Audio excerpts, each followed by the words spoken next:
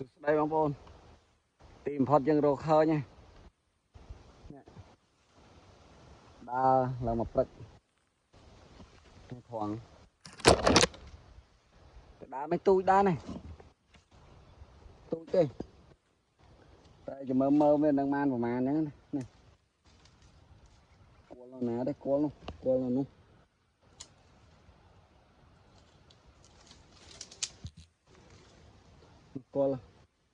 cho mơ nhung chi mà miền mơ của man chạm tam đang ngọc nè miền mơ hay ẩn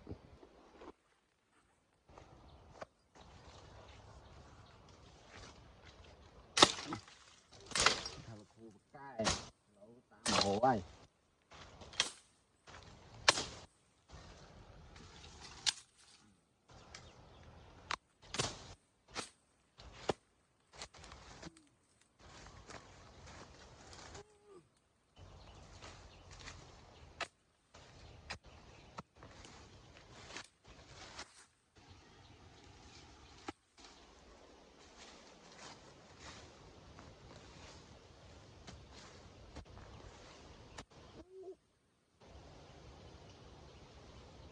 bên màu nó mơ sống mơ